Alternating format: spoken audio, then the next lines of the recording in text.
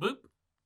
Happy Thursday. Today is Thursday, January the 21st, 2021, and today's daily Bible readings come to us from Psalm 62, verses 5 through 12, and then Jeremiah 19, 1 through 15, and Revelation 18, 11 through 20.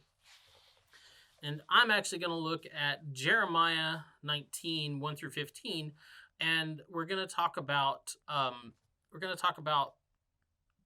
Israel and Judah getting smashed. So,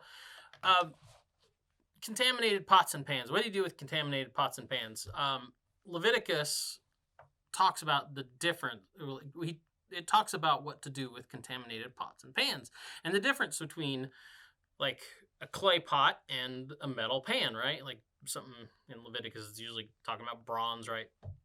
And now one you could clean, according to Leviticus, and the other you couldn't. And I don't just mean like scrubbing up after you made your Sunday pot of chicken and dumplings, and getting all that out. No, this has to do with things that are ritually pure and ritually impure. So Leviticus 6:28 talks about the purification offering made for the purification of things like the priest, and talks about cooking that up in a pot. And it's very clear because it says if this was cooked in an earthen vessel, you got to take that out and smash it. You can't get that out. But if you've got a copper pot or bronze pot, you can take that out and scrub it really well with water, and then it'll be clean. Leviticus 11:33 and 15:12 talk about pretty much exclusively about clay pots and when they've had come in contact with anything that was ritually impure, right? So especially like dead things, or like say I don't know, maybe if it got in contact with like skin lesions or in blood and things like that, the pores of those pots literally held on to the uncleanness. They literally held on to the thing that made them unclean, and so they could continue to spread that uncleanness. And so they had to just be smashed. You had to smash them up so they couldn't be repaired, couldn't be used again, and just get rid of them. Well, that's where we are here with Jeremiah talking about what's about to befall Judah and Jerusalem.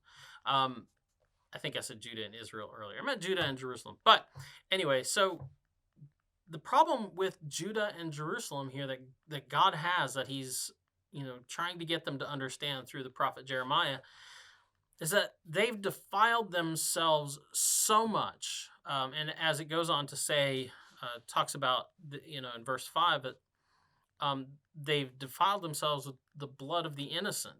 And it's not just that, they've worshipped false gods, done like that. Israel done that before, but apparently they've taken it a step farther and even participated in, according to Jeremiah, child sacrifice and just this shedding of innocent blood. And they have defiled themselves so much with all of their sins, all of their idolatry, that they're, as far as God's concerned, they're like a clay pot. There's nothing that can be done with them. And so he's getting ready to smash them. And so you have this whole act that Jeremiah acts out on God's behalf. He goes and he buys as it says, a potter's earthenware jug, and he comes and he makes this speech in the sight of everyone, and then proceeds to smash the jug and say, this is what's got to happen. This is what has to happen because you guys have defiled yourself so much. This city is going to be smashed.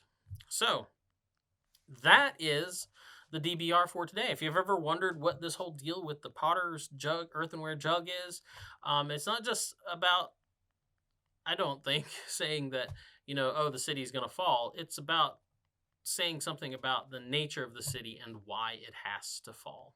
So that's the DBR for today.